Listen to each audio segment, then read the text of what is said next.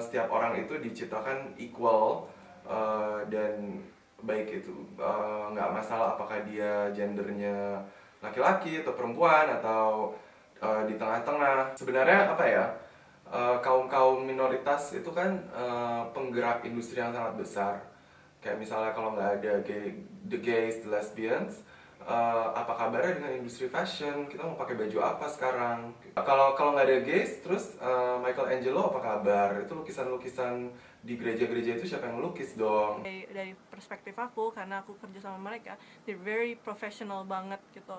Dan apa ya, kontribusinya mereka ke industri itu dan juga mungkin industri-industri lain, mereka tuh very hard worker. Jadi menurut aku paling senang kalau kerja sama mereka gitu, karena nggak tahu kenapa selalu outcome-nya lebih bagus. Bukannya gimana-gimana, tapi dari perspektif aku sih kayak gitu. Just be true to yourself and apa ya enjoy it.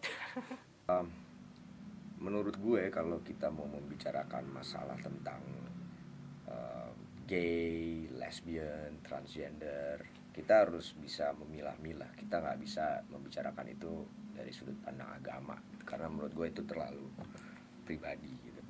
Gue nggak pernah punya masalah atau tidak pernah membeda-bedakan antara ini gay, lesbian, dan ini transgender, karena buat gue itu manusia yang sama seperti gue, ciptaan Tuhan juga, yang diciptakan Tuhan dengan sempurna juga, dan juga punya pilihan-pilihan bebas.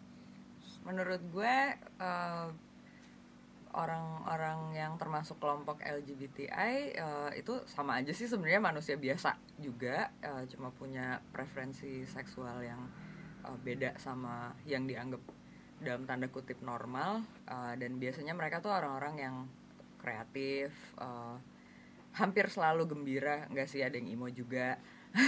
Maksudnya ya persis kayak manusia biasa aja gitu. Jadi gue ngerasa nggak ada alasan kenapa orang harus menjauhi kelompok LGBTI.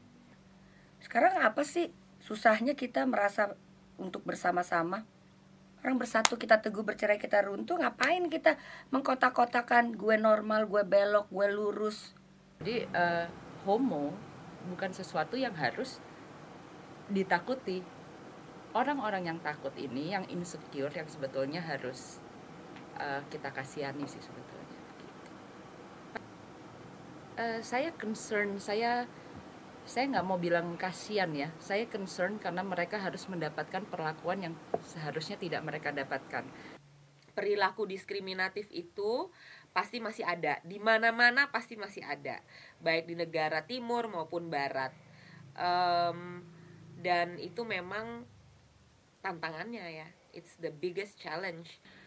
Kalau buat aku, teman-teman yang memang mempunyai kehidupan yang seperti itu, ya itu kan bukan pilihan sebenarnya, yang ngerti nggak? Tetapi keberadaan gitu loh. Kalau orang punya keberadaan tertentu, kalau saya pribadi misalnya, saya akan mengatakan ya aku nggak punya hak menghakimi, dan aku punya kepentingan melindungi orang-orang yang walaupun berbeda dengan aku gitu. Menjadi beda itu bukan berarti buruk, tapi unik. Jadi setiap individu yang memiliki perbedaan, pertahankan, karena kita hidup di negara yang merdeka.